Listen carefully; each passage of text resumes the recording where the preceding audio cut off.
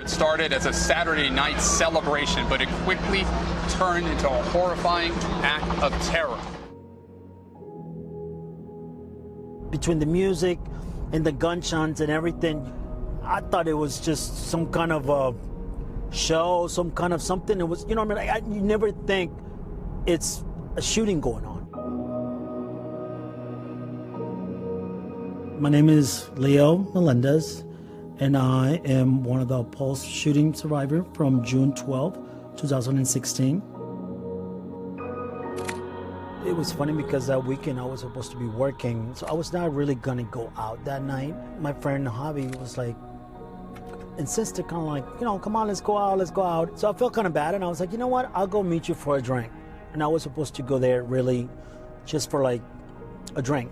But you know, that usually never happens in reality.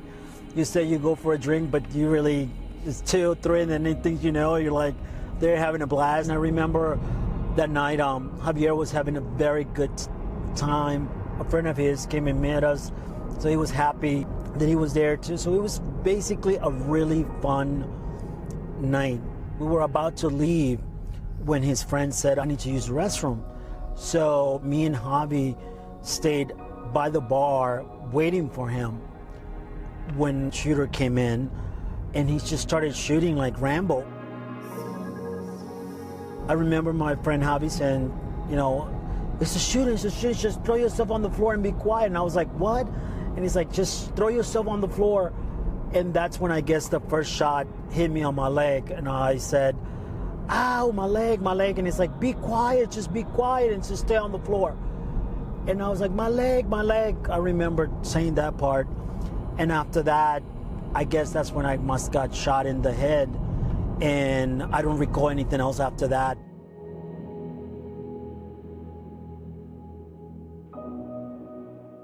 I told the DJ to cut the music. I had everybody get on the ground. And then I'm looking at the glass door next to me to see if somebody was coming there. But the only thing I could see in that glass is flash. So I'm like, okay, yeah, somebody's shooting. So that's when I told everybody to get up and follow me to the back.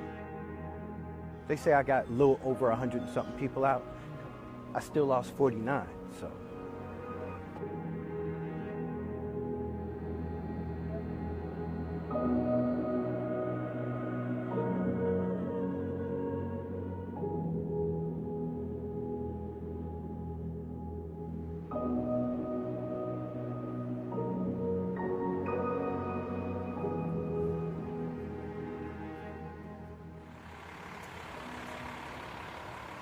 Wow, that's a picture of my best friend, my co-worker from, wow. Sometimes I question myself. I mean, I think it's part of being normal, being human. Why this happened to me? Why?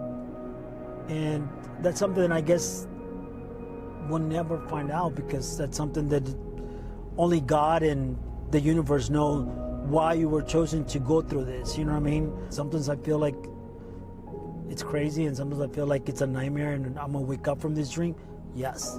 I mean, like I said, I have my times when it's tough, you know, especially when you're in a lot of pain, especially when you cannot do the things that you used to be able to do before, you know, and your life pretty much is on a pause.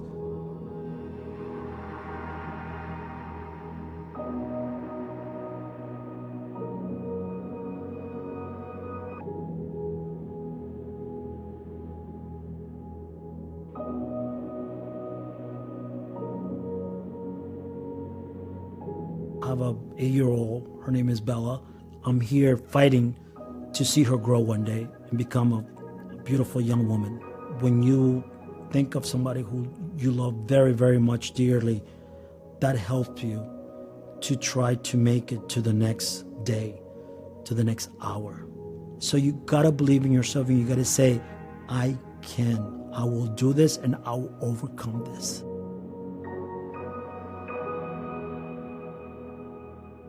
Right after this, the whole temperature of Orlando changed. You know, people wasn't as selfish as they normally are. People wasn't as mean or rude or as judgmental as they used to be.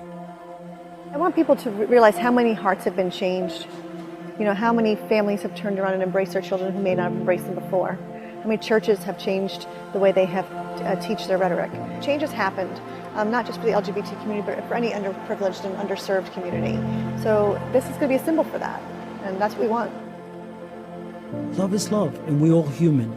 And it doesn't matter what you love, who you love. A human being is a human being, not just because he likes the same sex, or he's just like the other person, or he's just Jewish, or he's just, you know, it doesn't matter. It's just a human being at the end of the day.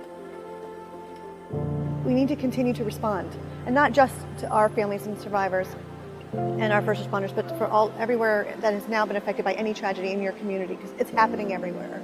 At some level, people are hurting. So I just want people to remember that how they responded on June 12, 2016, you have to continue that.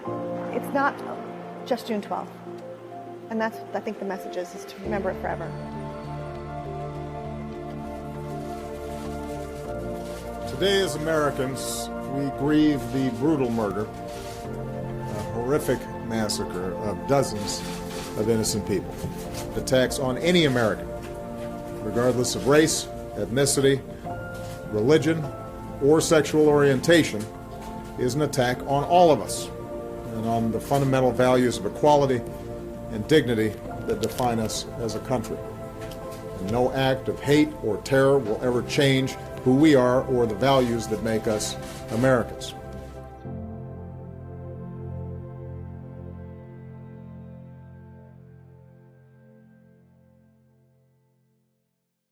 Hello Today fans, thanks for checking out our YouTube channel. Subscribe by clicking that button down there and click on any of the videos over here to watch the latest interviews, show highlights, and digital exclusives.